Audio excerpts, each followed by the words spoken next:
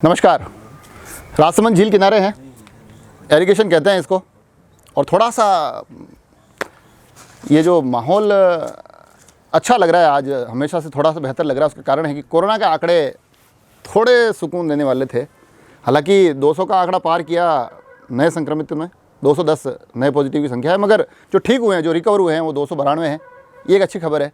इसी प्रकार से रिकवरी वाली टीम को डटे रहना होगा।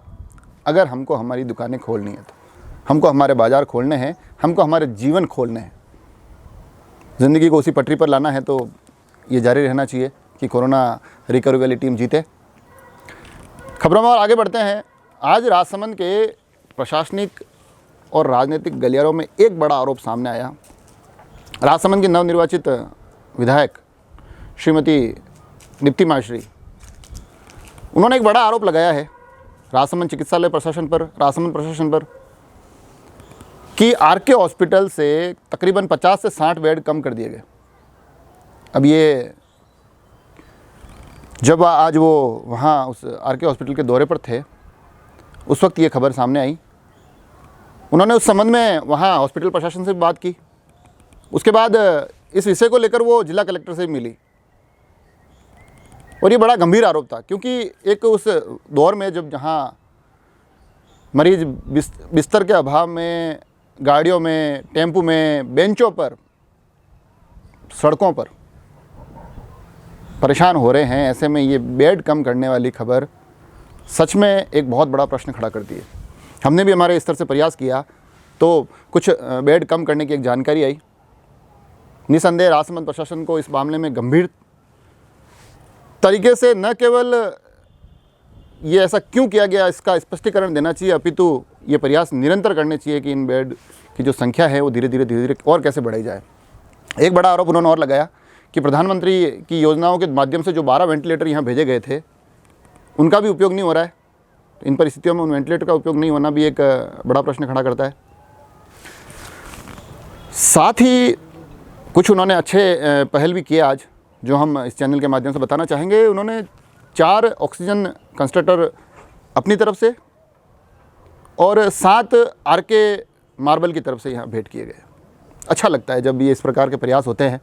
हालांकि मेरे लिए जब ये भेंट होती है तो थोड़ी सी, क्योंकि हम देसी पत्रकार हैं, चीज़ों को पकड़ने में मुश्किल हो जाता है। जब ये कंसंट्रेटर वर्ड आता है तो मेरे को ऐसा लगता है कि यार ये मैं बोलूँगा कैसे। खबर से ज़्यादा मेरा इस शब्द पे सही बोलने पे ध्यान रहता है।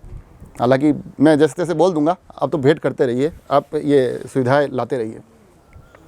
तो ये बड़ा प्रश्न था। खबरों में थोड़ा आगे बढ़ते हैं। हालांकि यहाँ बेड कम करने की बात थी। अगली खबर चलते हैं छावली की तरफ। वहाँ जो स्वास्थ्य केंद्र है, वहाँ से एक खबर है, अच्छी खबर है कि वहाँ के जो स्थानीय लोग थे, स्थानीय कुछ भामाशाह थे, उन लोगों ने आपस में मिलकर उस स्वास्थ्य केंद्र में 8 बेड की व्यवस्था की, ताकि वहाँ के जो आसपास के क्षेत्र के लोग हैं इस मुश्किल समय में थोड़ा परेशान कम हो, थोड़ी एक सुविधा हो गई। तो न केवल उस पूरी टीम को बल्कि वहाँ के भामाशाहों को बहुत बहुत धन्यवाद। खबरों में आगे चलें। हालांकि कोरोना के लिए सभी लोग प्रयास कर रहे हैं, मगर कुछ लोग हैं जो नहीं मान रहे हैं, अनावश्यक बाज़ारों में निकलते हैं। उनके लिए आज अच्छे दृश्य आए हैं चारभुजा से। चारभुजा थानाधिकारी ने आज थोड़ी सख्ती दिखाते हुए जब वहाँ चारभुजा के बाज़ार का दौरा किया तो वहाँ काफ़ी लोग बिना कारण घूमते हुए दिखाई दिए। कुछ के मास्क भी नहीं थे। उन्होंने तुरंत प्रभाव से जो पुलिस की ट्रेनिंग के दौरान की कुछ रोचक गतिविधियाँ होती है, उनमें से एक को अमल में लाते हुए उनको बाकायदा उठक बैठक के साथ साथ आगे चलाने वाले व्यायाम करवाए। तो थोड़ा सुधर जाओ। लोगों से बहुत मतलब गहरे मन से आग्रह कर रहा हूँ कि थोड़ा सुधर जाओ। क्यों ये इन अपने वीडियो ऐसे बनवा रहे हो, क्या मतलब है? प्रसिद्ध होना है तो कुछ अच्छा काम करके हो ना यार। छापली वाले जैसे उन्होंने बेड बनवाए वैसे प्रसिद्ध हो। हालांकि पुलिस ने एक सख्ती दिखाई है और ये सख्ती लोगों को पसंद भी आ रही है कि पुलिस को ऐसे ही काम करना चाहिए और ऐसे ही डटे रहना चाहिए। तो पुलिस निरोगी रहे ये काम करने के लिए उस मुहिम को लेकर कनिफनाथ सेवा संस्थान, जो मैंने थोड़े दिन पहले बताया था कि एक बड़ा लक्ष्य लेकर चल रहे हैं 1000 परिवार तक राशन पहुँचाने का, उन्होंने आज काढ़ा वितरण भी किया। और पुलिस का जिक्र मैं इसलिए कर रहा हूँ, पुलिस को स्वस्थ रखने की मुहिम इसलिए बता रहा हूँ क्योंकि उन्होंने एक सूखे काढ़े का पैकेट हमारे राजसमंद एसपी साहब को भी सौंपा।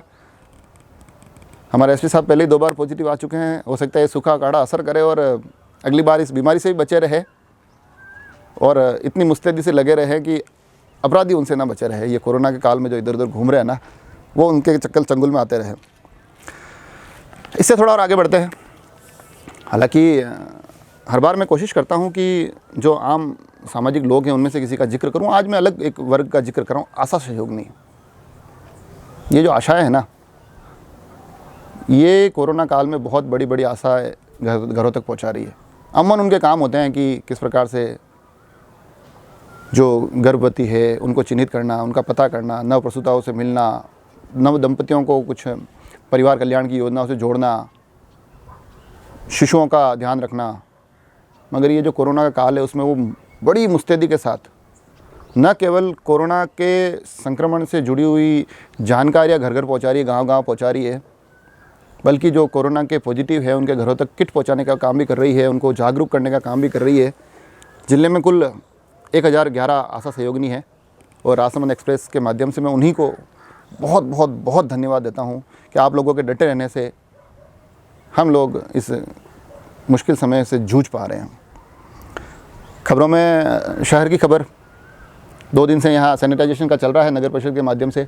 आज भी शहर के काफ़ी क्षेत्रों में चेयरमैन और सोगी टाँक और उनके टीम के माध्यम से, पार्षदगणों के माध्यम से काफ़ी क्षेत्र में सैनिटाइजेशन किया गया।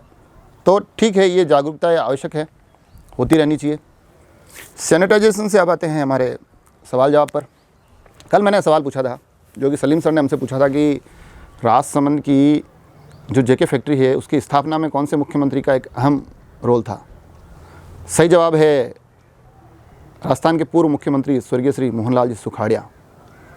सलीम सर ने मेरे को ये भी बताया कि ये पहले देवगढ़ लगने वाली थी, मगर जो पानी के सोर्सेज यहाँ राजसमंद में थे, ये जो पीछे आप झील देख पा रहे हैं हमारे यहाँ, उसके कारण इस स्थान का चयन किया गया और ये आज हमारी एक लाइफ लाइन की तरह है जेके फैक्ट्री। तो इस अवसर पर सुखाड़िया साहब का बहुत बहुत आभार। सही जवाब भेजा है देवेंद्र जी पालीवाल केलवा से, अरावली मोटर्स के प्रोपराइटर हैं, ओनर है, तो उन्होंने सही जवाब भेजा है। आज का जो सवाल है वो हालांकि उस तरह रोज़मर्रा जो सवाल दे रहा हूँ उससे थोड़ा सा अलग है, एक अलग तरह की टास्क है, ताकि आप गूगल पे जाके चेक नहीं कर पाओ। एक कविता की 2 पंक्तियाँ सौंप रहा हूँ आपको मैं। आपको उन 2 पंक्तियों के माध्यम से एक 8 पंक्तियों की कविता बनानी है। हमारा जो भी निर्णायक मंडल होगा वो विजेता की घोषणा करेगा। इसमें जो पहले भेजेगा ऐसा कुछ नहीं है कि वो विजेता रहेगा, जो सबसे बेस्ट कविता लिखकर भेजेगा 8 पंक्तियों की, वो विजेता रहेगा।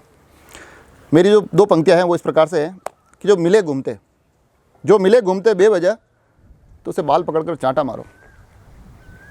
जो मिले घूमते बेवजह उसे बाल पकड़कर चांटा मारो, और लगे भागने चकमा देकर लगा निशाना बाटा मारो। ये 2 पंक्तियाँ मैं आपको सौंप रहा हूँ।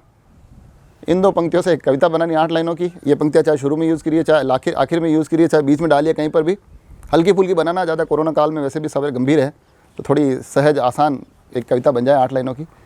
विजेता की घोषणा हम कल करेंगे। तब तक जुड़े रहें आप राजसमंद एक्सप्रेस से। धन्यवाद।